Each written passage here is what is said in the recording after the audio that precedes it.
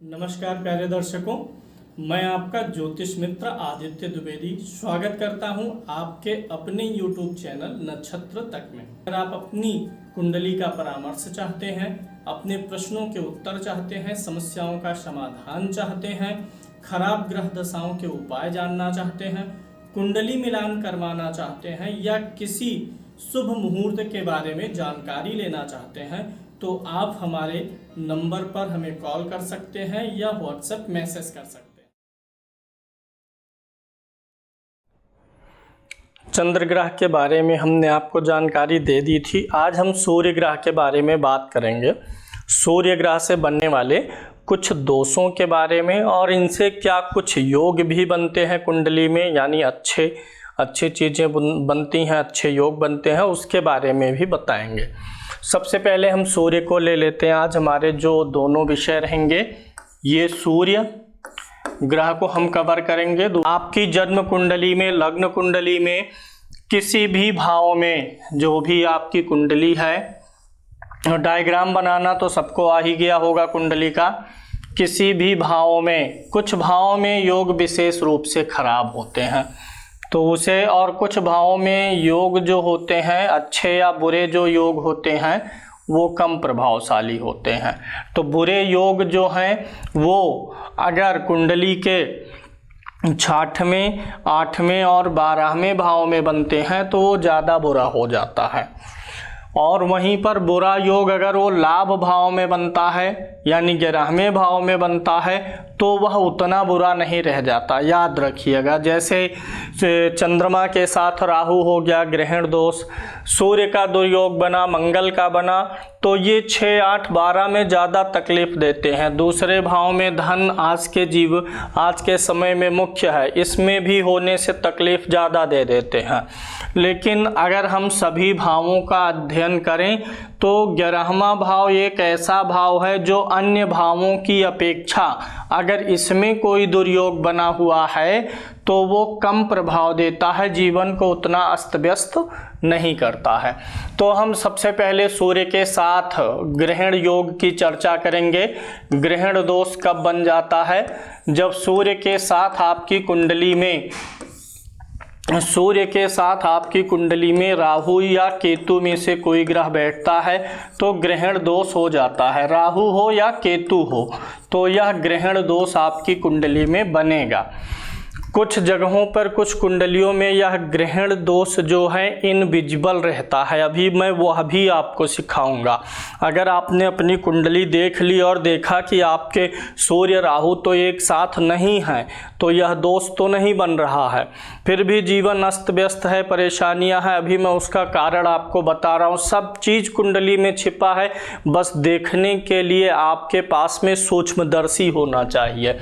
किसी भी भाव में सूर्य के साथ राहु केतु हो गए, मान लीजिए सूर्य यहाँ पर बैठे हैं, राहु या फिर केतु में से कोई इनके साथ बैठा है तो ये ग्रहण दोष हो गया। कुंडली में कहीं भी बैठा है तो, चूंकि आप जानते हैं कि सूर्य जो है कुंडली के किस भाव का कारक है? पहले भाव का, लग्न का ही कारक है, और लग्न ही पूरी कुंडली के फल का भोग करता है। धन भी लगन को मिलेगा, लग्न मतलब शरीर, भाई बहन का सुख, भूमि भवन वाहन, सब किसको मिलता है? लग्न को।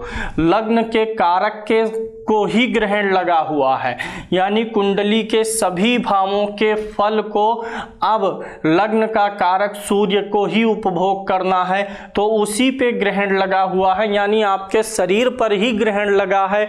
आपको कितनी भी खुशियां आए, धन आए, अपॉर्चुनिटीज आएंगी, लेकिन आप उसे कैश नहीं कर पाएंगे, उन अपॉर्चुनिटीज को, खुशियों को सजो नहीं पाएंगे, आप अवसर चूक जाएंगे। मान सम्मान में आपके कमी रहेगी, इरिटेशन रहेगा, चिड़चिड़ापन रहेगा।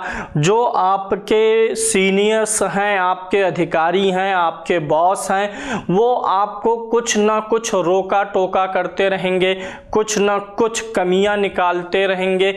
ये सारी चीज़ें इस दोष में होती रहती हैं। अब इस दोष के सूक्ष्म विश्लेषण में या इसके प्रभाव में मैं 2 चीज़ें और जोड़ूंगा। यह दोष आपकी कुंडली में बना हुआ है। अब यह दोष अगर आपकी कुंडली में छठे, आठवें और 12वें भाव में बना है और द्वितीय भाव में बना है तो ये बहुत ज़्यादा प्रबल हो जाता है। आज के कलयुग के हिसाब से बहुत ज़्यादा व्यक्ति को पीड़ित करेगा। अन्य भावों में भी खराब है, रिजल्ट खराब देगा, रिजल्ट यही देगा, लेकिन 6, 8, 12 में हो जाने से क्या है कि सूर्य ज़्यादा कमज़ोर पड़ जाता है। सूर्य छठे भाव में कमज़ोर है और राहु इन भावों में और मजबूत होता है। ये चीज़ भी जानिए, राहु एक ऐसा ग्रह है जो कि निगेटिविटी का ग्रह है और वह निगेटिव भावों में और ज़्यादा प्रबल हो जाता है। तो अगर 6, 8, 12 में यह बना हुआ है, पहला नियम कि अगर यह दोष 6, 8 और 12 में बना है तो बहुत प्रबल हो जाएगा। अन्य भावों में प्रबल है, इन भावों में हम क्या मान लेंगे, बहुत प्रबल मान लेंगे। द्वितीय भाव में भी बहुत प्रबल मान के चलेंगे। दूसरा, अगर इसका आप और सूक्ष्म विश्लेषण करना चाहते हैं तो आप यह देखिए कि ग्रहण दोष क्या आपके कुंडली में 100% बना है कि जैसे होता नहीं है सूर्य ग्रहण जब लगता है तो पूर्ण सूर्य ग्रहण है, आंशिक है, कैसा है, क्या है, ये हम विचार करते हैं ना। वैसे आप कुंडली में भी देख सकते हैं कि जो ग्रहण दोष बन रहा है वह कितना प्रबल हो रहा है। इसमें आप क्या करिए कि सूर्य के नक्षत्र को देखिए और राहु के नक्षत्र को देखिए। अगर ये दोनों का नक्षत्र अलग अलग होगा तो उतना भारी दोष नहीं है। दोष तो है लेकिन उतना भारी दोष नहीं हुआ, क्योंकि भाव में एक हुए, राशि में एक हुए और नक्षत्र में एक हुए। अगर सब जगह ये एक ही होते जा रहे हैं, राहु और सूर्य और केतु, राहु के साथ सूर्य के साथ राहु है या केतु है, अब आप देखिए कितनी जगहों पर ये एक साथ हैं। भाव में एक साथ हैं, किसी भाव में, किसी राशि में एक साथ हैं, तो आप और आगे बढ़िए। क्या नक्षत्र में भी एक साथ हैं? अगर ये तीनों पॉइंट मिल जाएंगे तब तो पूर्ण रूप से आप पीड़ित हो गए सूर्य ग्रहण से। अगर इसमें से नक्षत्र बच गया तो ये जिसकी कुंडली में ये तीनों चीज़ें लागू होंगी उससे थोड़ा सा कम आपके ऊपर लागू होगा। अब इसकी भयानकता और बढ़ जाती है अगर ये जो ग्रहण दोष बना हुआ है अगर ये उग्र या क्रूर नक्षत्र में बन जाए, उग्र, क्रूर या तीक्ष्ण नक्षत्र में बने तो राहु बहुत प्रबल हो जाता है। 27 नक्षत्रों में कुछ नक्षत्र हैं जो उग्र हैं और तीक्ष्ण हैं।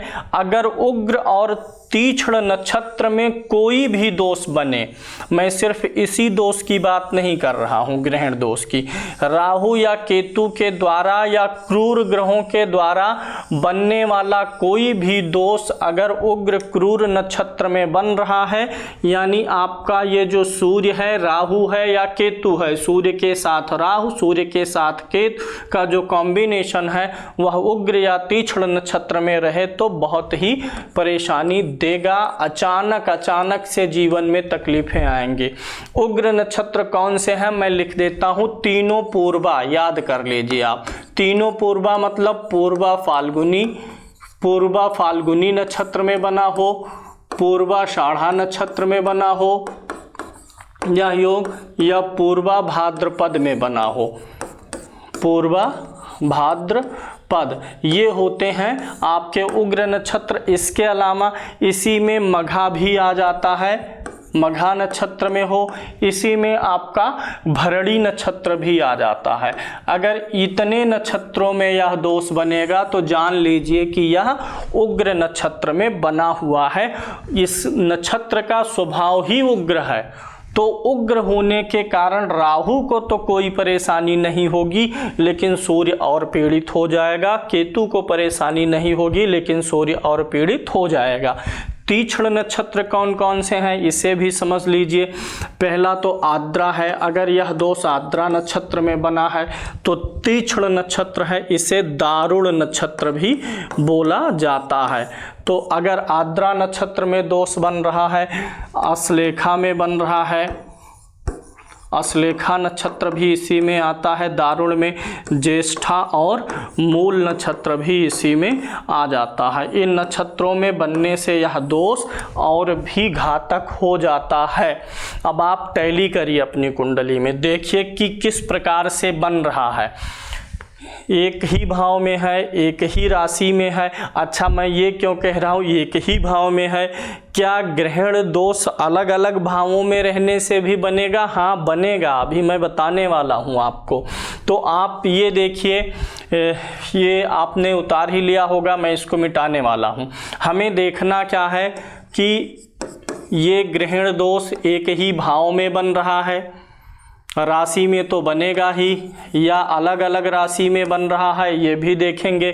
क्या ग्रहण दोष बनाने वाला भाव एक है, राशि एक है, नक्षत्र जिसमें बन रहा है क्या वे नक्षत्र भी एक हैं? और हम क्या देखेंगे, नक्षत्र के किस प्रकार का है, उग्र और क्रूर में है कि नहीं। फिर इस आधार पे आप जान पाएंगे कि आपका जो दोष बना है ग्रहण दोष कितना प्रभावशाली है। अब देखिए, मैं मान लेता हूं कि किसी की कुंडली में सूर्य इस भाव में बैठा हुआ है और सूर्य 5 डिग्री का है। सूर्य कितने अंश का है? 5 अंश का, यानी कि इस भाव में शुरुआत में ही कहीं बैठा हुआ है। और इस भाव में राहु बैठा हुआ है 28 डिग्री का। कितनी डिग्री का? 28 डिग्री का। समझने वाले समझ चुके होंगे, जो पहले से ज्योतिष जान रहे हैं कि मैं क्या कह रहा हूँ। जो नहीं जान रहे हैं वो इस बात को समझें। हर एक भाव जो होता है, राशि कितने डिग्री की होती है? 30 डिग्री की। 30 डिग्री के बाद ग्रह अगली राशि में चला जाता है। और आज एक बहुत बड़ा सूत्र आप याद कर लीजिए, ग्रहों के जो योग होते हैं, कॉम्बिनेशंस ऑफ प्लैनेट, ये हमेशा ग्रहों की डिग्री से देखे जाते हैं, ना कि भाव वाइज देखे जाते हैं। इस चीज को हमेशा याद रखिएगा। ग्रहों के योग हमेशा डिग्री से देखे जाएंगे। यहाँ पर राहु 28 का है, 2 डिग्री इधर हो गया, 28, 29, 30 के बाद, यानी 2 डिग्री के बाद यहाँ पहुँचेगा, 2 डिग्री यहाँ है। और सूर्य 5 डिग्री पर है, यानी 0 से लेके 5 तक बढ़ा हुआ है। 5 2 कितना हो गया? 7। यानी राहु और सूर्य के बीच कितनी डिग्री का अंतर है? 7 डिग्री का अंतर है।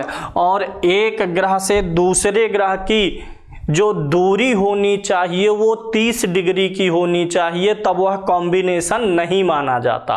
अगर कोई भी ग्रह एक दूसरे से 30 डिग्री के अंदर है तो वह उन दोनों ग्रहों का कॉम्बिनेशन बन जाएगा, उन दोनों ग्रहों की युति बनेगी, राशि में युति बन जाएगी। वो दोनों ग्रह युति का प्रभाव देंगे। एक ही राशि में युति का प्रभाव अलग है, एक ही भाव में युति का प्रभाव अलग है। अलग अलग राशियों में 2 ग्रह हैं लेकिन डिग्री वाइज एक साथ हैं तो भी प्रभाव अलग है। तो अगर किसी के राहु और सूर्य, या यहीं पर मान लीजिए कि सूर्य यहाँ पर 28 डिग्री का है और इस भाव में केतु 3 डिग्री का है, राहु और केतु दोनों के लिए समझना, तो अब फिर से ग्रहण दोष बन गया है, यानी ये डिग्री वाइज भी बनता है। तो आप देखिए कि जो ग्रहण दोष बना है, क्या एक ही भाव में बना है? क्या एक ही राशि में दोनों ग्रह बैठे हैं? एक ही नक्षत्र में बैठे हैं? क्या उग्र या क्रूर नक्षत्र में बैठे हैं? अगर सब कुछ हाँ है तब तो बड़ा विकट है। जब ये योग जीवन में प्रभावी होगा, तहस नहस कर देगा जीवन। अगर भाव में एक ही भाव में बना है लेकिन राशि अलग अलग है, अब जैसे अगर 2 भाव में दोनों ग्रह हैं, डिग्री वाइज अगर यह योग बनेगा तो क्या होगा कि इनकी राशि भी अलग अलग हो जाएगी और इनके भाव भी अलग अलग हो जाएंगे और इनके नक्षत्र भी अलग अलग रहने के चांस खूब रहेंगे। एक भी हो सकता है नक्षत्र, लेकिन चांस अलग अलग होने का रहेगा। अगर उग्र या क्रूर दोनों में है कि नहीं है ये भी चेक कर लेंगे, चांस है कि ये उग्र या क्रूर में कम ही हो, तो ऐसे में भी ग्रहण दोष बन रहा है। अब जितनी चीजें मिल जाएंगी दोनों प्रकार से, उतना ही अधिक आपके जीवन में पीड़ा होगा। ग्रहण दोष के उपाय के हेतु राहु के लिए वस्तुओं का दान करना चाहिए। काला उड़द, काला तिल, काले कपड़े, सरसों के तेल, तिल के तेल, लोहे का सामान आदि दान करना चाहिए। सूर्य और राहु के मंत्रों का जप करवा के हवन करवाने से यह दोष शांत हो जाता है, खत्म हो जाता है और कम से कम 15 साल 10-15 साल तक इसका दुष्प्रभाव जीवन में फिर नहीं दिखता है। दूसरे ग्रह पे चलेंगे अब हम, अपने मंगल ग्रह से बने हुए दोष को ले लेते हैं। हाँ, सूर्य ग्रह से बने हुए योग और एक दोष है, अभी मंगल पे रुकेंगे। सूर्य के साथ अगर शनि होता है तो भी एक दोष बनता है। सूर्य के साथ अगर शनि महाराज हों, सूर्य शनि की युति से अंधक नाम का दोष बनता है। सूर्य और शनि अगर कुंडली में, जन्म कुंडली में एक साथ हो तो इसे कौन सा दोष कहा जाता है? अंधक दोष। सूर्य क्या है? प्रकाश है, और शनि क्या है? अंधकार है। सूर्य प्रकाश हो गया, सूर्य आत्मविश्वास हो गया, ऊर्जा हो गया। वहीं शनि क्या है? काला है, अंधेरा है। शनि अंधेरा है, और जब अंधेरे और प्रकाश का मिलन होता है तो क्या हो जाता है? उसे हम बोलते हैं, जीवन में हमारे यहाँ गोधूली एक शब्द आता है। जब दिन ढलता है, सूर्य छिपने लगता है और रात होने को आता है, और वह समय जब आसमान में तारों के निकलने का समय होता है लेकिन तारे निकले नहीं रहते हैं, तो उसी को गोधूली बोला जाता है। तो सूर्य और शनि की युति से अंधक दोष वही दोष बनता है। गोधूली का समय क्या है? ना तो सब कुछ साफ दिखेगा, ना तो जो है ऐसा भी नहीं रहेगा कि दिखे ही ना। गोधूली का समय ऐसा समय है कि जब प्रकाश और अंधेरा दोनों थोड़ा थोड़ा रहता है, कहीं पर कुछ पड़ा हुआ है और रस्सी दूर, तो आप देखेंगे वो सर्प भी देखने में लगेगा और दिमाग में आएगा कि रस्सी भी है, दोनों लग सकता है। यानी जिसके जीवन में अंधक दोष होता है, अगर प्रकाश है तो भी चलिए अच्छा है, अंधेरा है पूर्ण रूप से तो भी अच्छा है। प्रकाश है तो प्रकाश है ही, अंधेरा है तो आप सोच लेंगे कि हाँ पूर्ण रूप से अंधेरा है, मुझे टॉर्च जलाना है, लाइट करना है, दीपक जलाना है। लेकिन दोनों के बीच की स्थिति में इंसान क्या होता है? भंवर में फंस जाता है। अंधक दोष जीवन में संघर्ष बढ़ा देता है, व्यक्ति को संघर्ष ही संघर्ष करना पड़ता है। ऐसे व्यक्ति के पिता को तकलीफ होती है, ऐसे व्यक्ति के पिता के स्वास्थ्य में हानि, पिता को अचानक से मृत्यु का योग रहता है। ऐसे व्यक्ति के स्वयं के आँख, सिर और हृदय की समस्या रहेगी। आँख की समस्या, सिर की समस्या और हृदय की समस्या रहती है। और अन्य योग होने पर यह योग जितना प्रबल होगा, यानी इन दोनों ग्रहों के भी नक्षत्र को देखिए, क्या एक ही नक्षत्र में है कि अलग अलग नक्षत्र में है? दोनों उग्र नक्षत्र में है, क्रूर नक्षत्र में है कि मृदु नक्षत्र में है?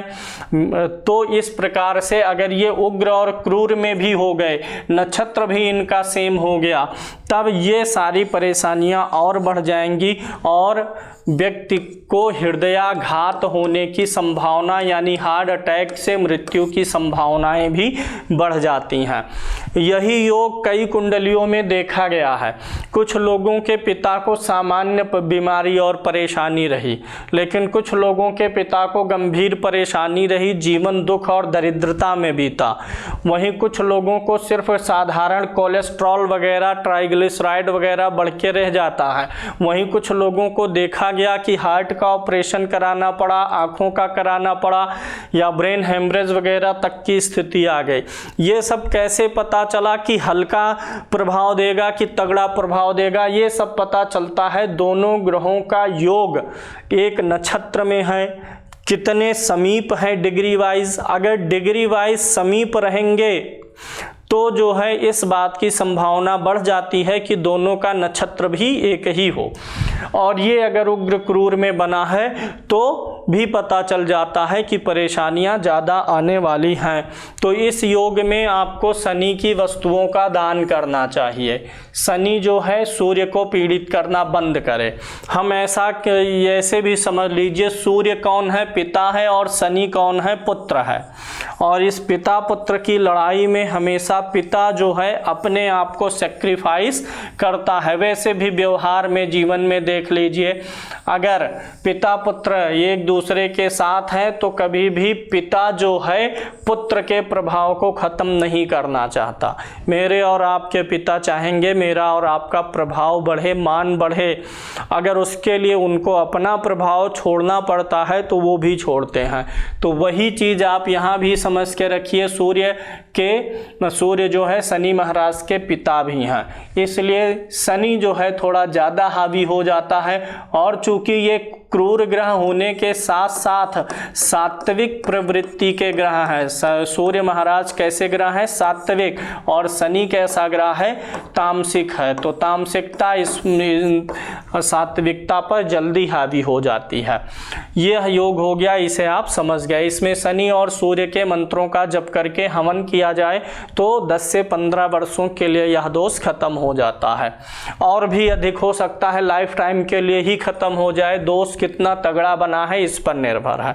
अब सूर्य से बनने वाले एक अच्छे योग की चर्चा करेंगे। सूर्य से एक अच्छा योग देखिए, एक होता है पंच महापुरुष योग।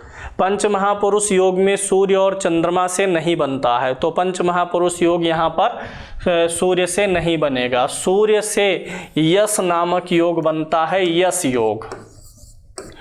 यश योग की प्राप्ति आपको होगी, कब होगी? यश मतलब प्रसिद्धि मिलना, लोगों के बीच में प्रसिद्ध होना। लोग आपको जानेंगे, अच्छे कार्यों के लिए जानेंगे, लोग आपको जानेंगे, आपकी प्रसिद्धि होगी। इसका मतलब क्या होता है कि आप जरूर कुछ ना कुछ ऐसा करेंगे जो लोगों के लिए उपयोगी हो, तभी प्रसिद्धि मिलेगी। और आप अगर लोगों के लिए उपयोगी काम करेंगे तो आपको मान सम्मान के साथ में धन और जो है सुख की भी प्राप्ति होगी। यह योग कब बनता है?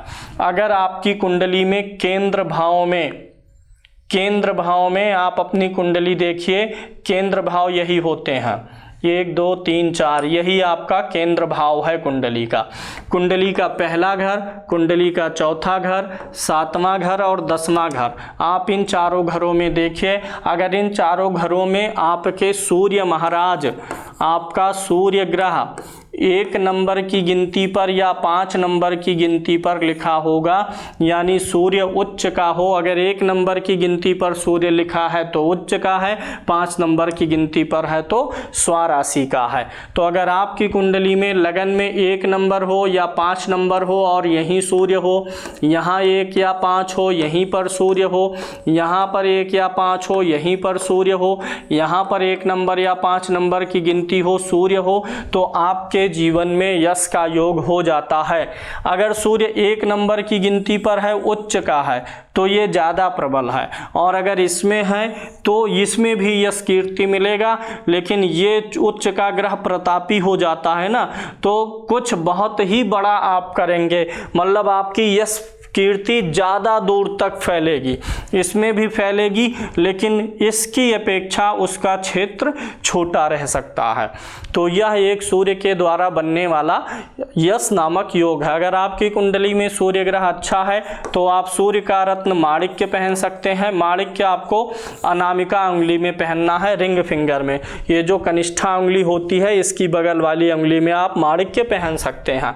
अगर आपका सूर्य ग्रह खराब है तो सूर्य ग्रह के लिए आप गुड़ का दान कर सकते हैं, लाल वस्त्र का दान कर सकते हैं, गेहूं का दान कर सकते हैं, तांबे के बर्तनों का दान कर सकते हैं। और अगर आप डिसाइड नहीं कर पा रहे हैं सूर्य अच्छा है कि बुरा है, मान लीजिए सूर्य खराब भी हो और बुरे भाव का स्वामी भी हो, जैसे मान लीजिए सूर्य आपकी कुंडली में 12वें भाव का स्वामी है, यहाँ 5 नंबर की गिनती अगर लिखी हो 12वें भाव में, तो सूर्य 12वें भाव का स्वामी हो गया। 12वें भाव का स्वामी हो करके सूर्य आपका 6ठे भाव में बैठा है, 8वें में बैठा है या 12वें में बैठा है, अब आप सूर्य का रत्न नहीं पहन सकते। ऐसे में आप सूर्य का चाहे जप करवाइए या सूर्य का एक मुखी रुद्राक्ष आपको पहन लेना चाहिए। कोई भी ग्रह जिसका रत्न आप नहीं धारण कर सकते कुंडली के अनुसार, उसका रुद्राक्ष धारण करना चाहिए। रुद्राक्ष के धारण से उस ग्रह का नकारात्मक प्रभाव शरीर में प्रविष्ट होने से रुक जाता है।